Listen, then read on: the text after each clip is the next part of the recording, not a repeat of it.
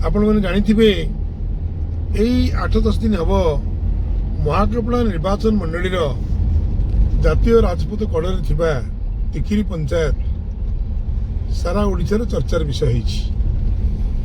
प्रशासन जिला प्रशासन और ब्लॉक प्रशासन उभय केतगुड़िक घर को भांगिया प्लान करथिले। से गोटे घर को भांगिला बेले टिकिर सरपंच जी अच्छी चमेली ओझा एवं अन्य लोक मैंने अपोज कले। अपोज करने समय रे बहुत कथा जाना मिलला जे प्रशासन मनमानी करी गोटे घर भांगिकी आउ अन्य 125 घर को छाड़ी देउछि। मूल विषय वस्तु सेटा।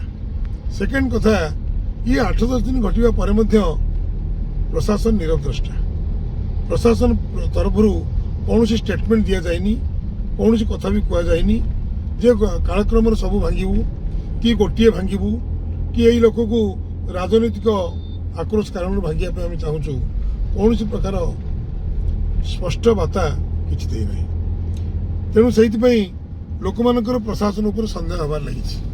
प्रशासन उपर सन्देह हवा सहित जी आमर अच्छा जनैक विधायक एवं तांकर दादाजी अच्छा से यही क्षेत्र में किसी सन्देहपूर्ण भूमिका लोक मान नजर को आसी यथा चेष्टा कर चुप रही टाइट लिप्ड जहाँ कहते इंग्लीश ये प्रश्न उठुची छोट छोट इश्यू जदि विधायक किंबा विधायकर समर्थक विभिन्न समय कमेंट्स दौरान विभिन्न समय होहल्ला करुँच विभिन्न समय सफाई दौरान ए क्षेत्र में नीरव कहीं कम से कम जिला प्रशासन हो कि तहसीलदार हूँ कि एडिशनल तहसीलदार हूँ कि आरआई हूँ एम स्पष्ट भाव में कहवा दरकार अच्छी जे चमेली ओझा जो वक्तव्य दौरान भूल आम जहाँ कार्य करूँ ठीक ये कथा कहना। कथा हूँ जो जोन रे पंचायत एटी जन महिला सरपंच अच्छा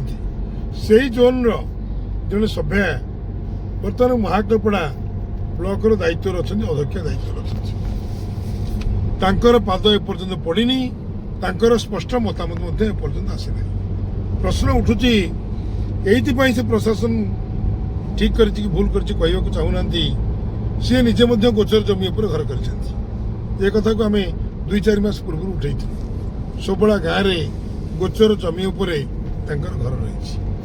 तेणु सबु लोक मान प्रश्न उठुची चमेली ओझा ठीक कहते निश्चित भाव में ना प्रशासन 10 दिन है कौन उत्तर रखुनी कहीं प्रशासन सेठी शुणा को आम देखिलु जानिलु जे प्रशासन विरुद्ध रे लोक मैंने गर्जुंट विरोध कहते जे एठी माटी बेपार करी इलिगाल इटा भाटी मान साहाय्य करी प्रशासन एवं जनैक लोक प्रतिनिधि उभय मुनाफा कमेबार लगी।